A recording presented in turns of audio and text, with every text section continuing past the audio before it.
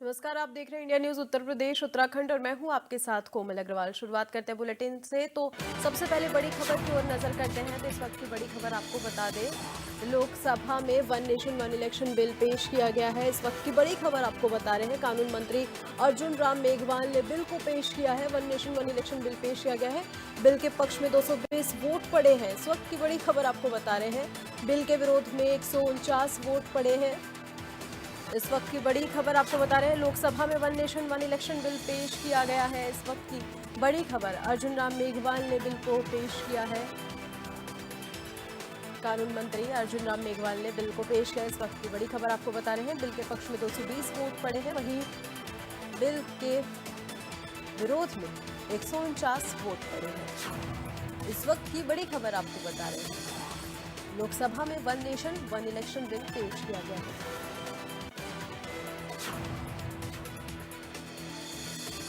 तो बिल को स्वीकार करने पर दोबारा वोटिंग होगी। इस वक्त की बड़ी खबर, शिवसेना यूबीटी ने बिल का विरोध किया है। इस वक्त की बड़ी खबर, मूलभूत ढांचे से छेड़छाड़ नहीं की जाएगी, मेघवाल ने कहा।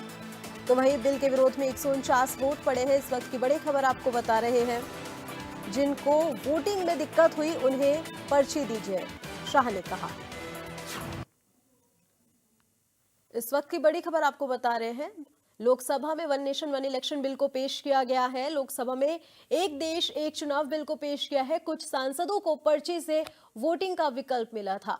तो इस वक्त की बड़ी खबर आपको बता रहे हैं, एक देश एक चुनाव बिल के खिलाफ 149 वोट पड़े हैं, वहीं पक्ष में 220 वोट पड़े हैं। दिल्ली एक देश एक चुनाव को लेकर बिल पास किया गया है। बिल को पेश किया गया है, मूलभूत ढांचे से छेड़छाड़ नहीं की जाएगी, मेघवाल ने कहा। तो one nation one election bill को पेश किया गया है। इस वक्त की बड़ी खबर आपको बता रहे हैं, राजकोष की बचत होगी इस बिल से। एक देश एक चुनाव के फायदे आपको बता रहे हैं, विकास कार्यों में नहीं होगी रुकावट। इस वक्त की बड़ी खबर, विकास कार्यों में रुकावट नहीं होगी। इस बिल के पेश होने के बाद चुनाव में काले धन के प्रयोग पर लगाम लगी गई। तो आपको बता दें, एक साथ चुनाव होने पर संसाधनों की बचत होगी। इस बिल के जो फायदे हैं वो आपको बता रहे हैं, राष्ट्रीय एकता और स्थिरता को भी बढ़ावा मिलेगा।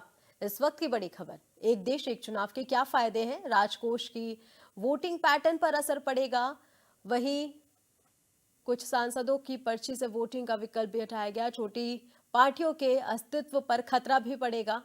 इस चुनाव से छोटी पार्टियों के अस्तित्व पर खतरा पड़ेगा, अधिक संसाधन की जरूरत भी होगी। एक देश एक चुनाव के नुकसान आपको बता रहे हैं इसमें। तो वोटिंग पैटर्न पर असर पड़ेगा, वोटिंग पैटर्न पर असर दिखेगा इस चुनाव से। वहीं आपको बता दें कि इसके क्या क्या नुकसान है, छोटी पार्टियों के अस्तित्व पर भी असर पड़ेगा, उस पर खतरा देखने को मिलेगा और अधिक संसाधन की जरूरत पड़ेगी। इसके जो नुकसान है वो हम आपको बता रहे हैं, एक देश एक चुनाव के जो नुकसान है, वोटिंग पैटर्न पर असर पड़ेगा। वहीं आपको बता दें, वन नेशन वन इलेक्शन को लेकर क्या फायदे और क्या नुकसान है, इसकी बात करें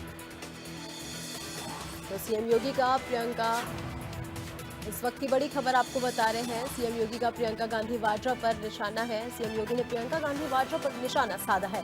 कांग्रेस नेत्री फिलिस्तीन बैग लेकर घूम रही थी। वहीं सीएम योगी ने कहा कि हम यूपी के नौजवानों को इजराइल भेज रहे हैं। अब तक लगभग 5600 से अधिक युवा इजराइल गए हैं, उन्हें रहने खाने की फ्री व्यवस्था भी मिल रही है। इस वक्त की बड़ी खबर आपको बता रहे हैं, सीएम योगी ने कहा कि प्रियंका गांधी वाड्रा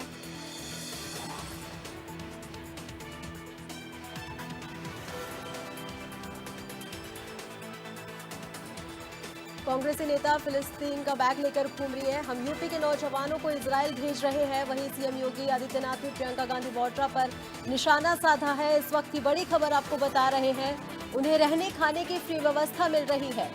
सीएम योगी आदित्यनाथ ने प्रियंका गांधी वाड्रा पर निशाना साधा है। इस वक्त की बड़ी खबर, तो आपको बता दें कि विधानसभा में सीएम योगी का बड़ा बयान सामने आया है। विधानसभा में संबोधन के दौरान सीएम योगी ने बयान दिया कि शिक्षा विभाग में 1.60 लाख भर्ती हुई है, 1.56 लाख पुलिस की नई भर्ती की गई है। सीएम योगी आदित्यनाथ ने कहा 60,000 सिपाही और भर्ती करेंगे।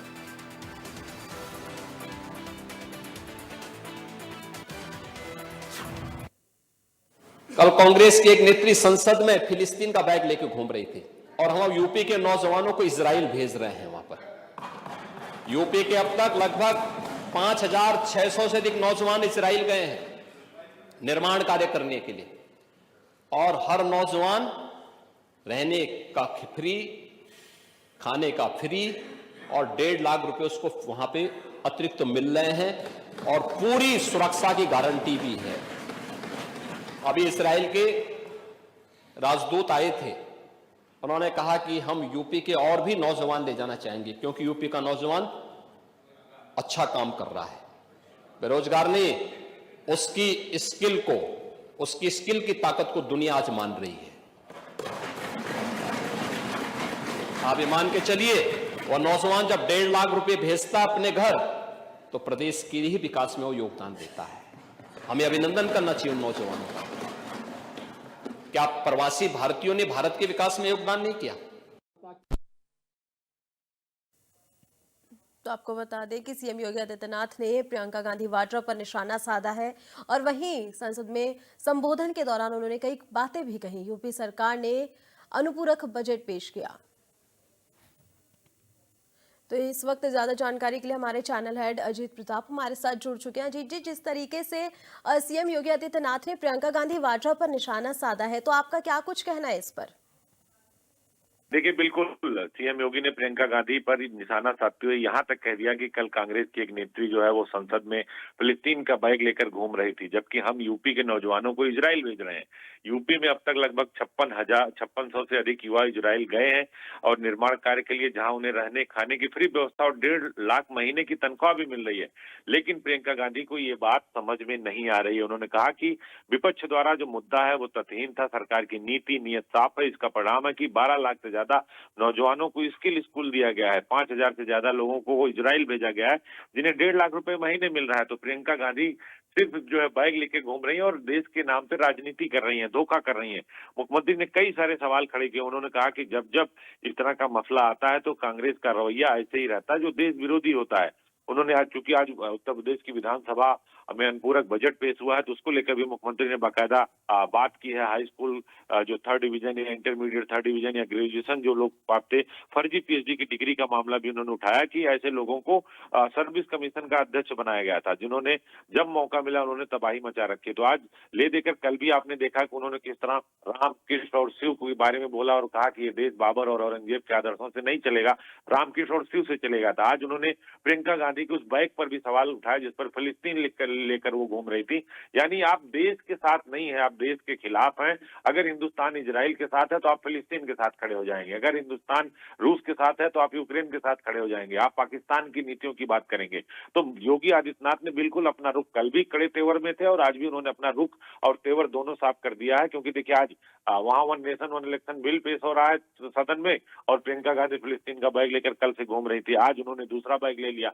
तो आप इस तरह से अपने रंग चोले नहीं बदल सकते। योगी आदित्यनाथ का सीधे तौर पर यही कहना था और ये कहना था कि प्रियंका गांधी जैसे नेताओं को अभी भी देश के बारे में बात करनी चाहिए, देश के हित की बात करनी चाहिए। यहाँ हम इजराइल में लोगों को भेज रहे हैं, नौजवानों को भेज रहे हैं और ये फिलिस्तीन का बैग लेके घूम रही है। जी अजीत जी, जिस तरीके से आपने 1 नेशन 1 इलेक्शन पर भी कहा, तो आज बिल पेश किया गया था जिसके पक्ष में 220 वोट पड़े हैं, लेकिन वहीं विरोध भी हुआ है। क्या लगता है कि दोबारा इस पे वोटिंग होगी? देखिए, बिल्कुल ये 1 नेशन 1 इलेक्शन देश के लिए जरूरी है और 220 वोट पड़े हैं। इसको लेकर अमित केंद्रीय गृह मंत्री अमित शाह ने भी कहा कि जो लोग वोट नहीं डाल रहे उनको पर्ची दे दीजिए। अब देखिए, जो बिल है इसको पारित होना लोकसभा और जो है राज्यसभा से। अब इसको जो लोकसभा अध्यक्ष है या वहाँ जो पीठासीन जो अधिकारी हैं वो इसको तय करेंगे इस पे किस तरह से आगे प्रक्रिया ये बढ़ेगी। लेकिन इसको लेकर अब देश में सियासत शुरू हो रही है और ये सियासत आगे भी चलेगी। आप इस बात से आप अंदाजा लगाइए कि जिस तरह से परिस्थितियां पैदा हुई हैं उस तरह से ये लगता है कि देश में एक चुनाव का विरोध विपक्ष कर रहा है। तो ऐसा नहीं होना चाहिए। हालांकि लोकसभा में एक राष्ट्र एक चुनाव विधेयक को स्वीकार समर्थन में 269 वोट पड़े हैं और विरोध में 198 वोट पड़े हैं। सदन जो है वो 3 बजे तक स्थगित कर दिया गया है। तो आप देखिए, जब सदन शुरू होगा तो इस पर क्या कार्रवाई होती है, जब सदन शुरू होगा तब पता चलेगा। लेकिन हाँ, ये जरूर कहा जा सकता है कि जिस तरह से इंडिया गठबंधन इसका विरोध कर रहा है, अखिलेश यादव ये कह रहे हैं कि इस बिल से वन नेशन वन इलेक्शन अगर आ गया तो देश तानाशाह की तरफ जाएगा। उन्हें अपने अस्तित्व पर खतरा लग रहा है और क्षेत्रीय दल इसलिए विरोध कर रहे हैं कि क्षेत्रीय दलों का अस्तित्व खतरे में पड़ जाएगा। जी अजीत जी, जानकारी देने के लिए आपका बहुत बहुत शुक्रिया।